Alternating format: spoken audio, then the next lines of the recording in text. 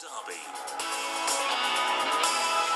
So do you like antiques programmes? There's no shortage, is there? You will no doubt, if you have seen people being advised to get their maybe somewhat battered heirlooms restored to their former glory. Well, our next guest today first got interest in doing just that when he was a mere 8 years old, and he's just taken on a job at a South Derbyshire auction house. Our Victoria Holland has gone to meet him for us. Hello, Victoria.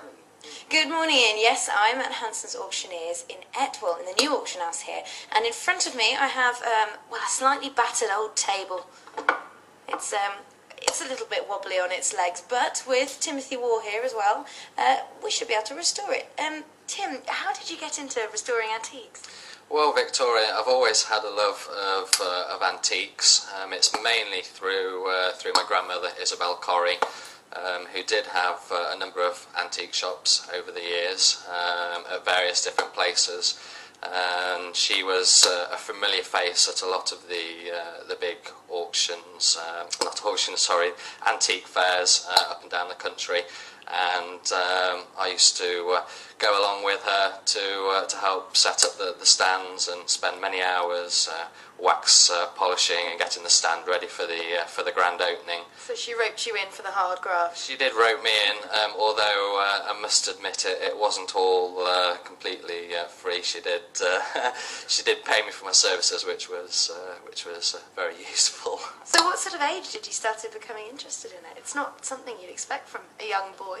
No, from about the age of 8 really was my started getting the first interest, and then at the age of 16 really decided that I wanted to go on to study the history of antiques along with all the traditional methods of antique restoration.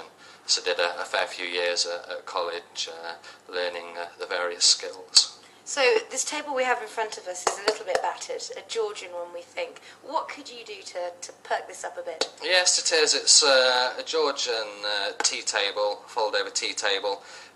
Date of it's around 1790. It's quite a plain mahogany, good sturdy piece. And as you can see on the back leg, there is quite a good chunk that's been taken off it. So really, that would need to be. Unfortunately, we haven't got the piece that's come off, so that would have to be spice a new piece in and coloured out to match. A lot of all the repairs that we do on period furniture are done using period timbers to try and make the repair match as best as possible. There are a few scratches and scrapes on the top as well, which I don't think me perching my broadcast equipment on will help. Yeah, I mean, everybody has different opinions of antiques and the way that they should look. I personally, I think it adds to the character. It's every scratch tells a different story, and I think personally it's part of the history of a piece. I know it's not everybody's opinion, and some people would prefer me to try and remove the scratches and refinish it.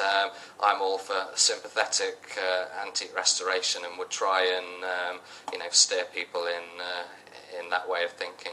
You're a busy man as well. You also restore antiques with a bit of a modern twist. Show me a really interesting sofa you've got in your van. Yeah, it's a William IV sofa, and what I'm trying to do is to purchase distinctive pieces of antique upholstered furniture, but recovering them with a modern twist. Like the Union Jack sofa. I've recently just done an Ace of Spades wing chair that's gone off to America to a card player that saw it on my website.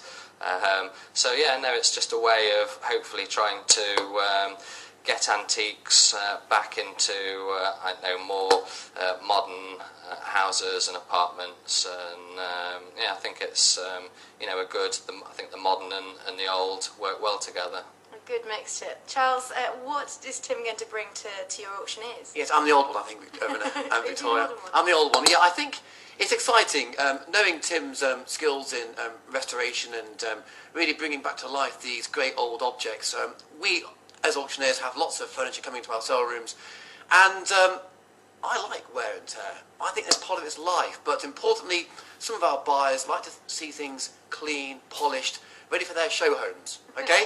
And it's really important, you know, with Tim's service to our clients who can come along to our view day or a sale day, they can see an old, tired piece of antique furniture and say, well, it is for me, but it's not quite. It needs some restoration. Can you touch it up a bit? Yeah, can we tidy it up a bit? Can we, you know, give it that modern twist? And with Tim here to really advise our clients, to give them a bit of insight into what can be done, hopefully we can, importantly, bring this market back into vogue, because antique furniture is so inexpensive.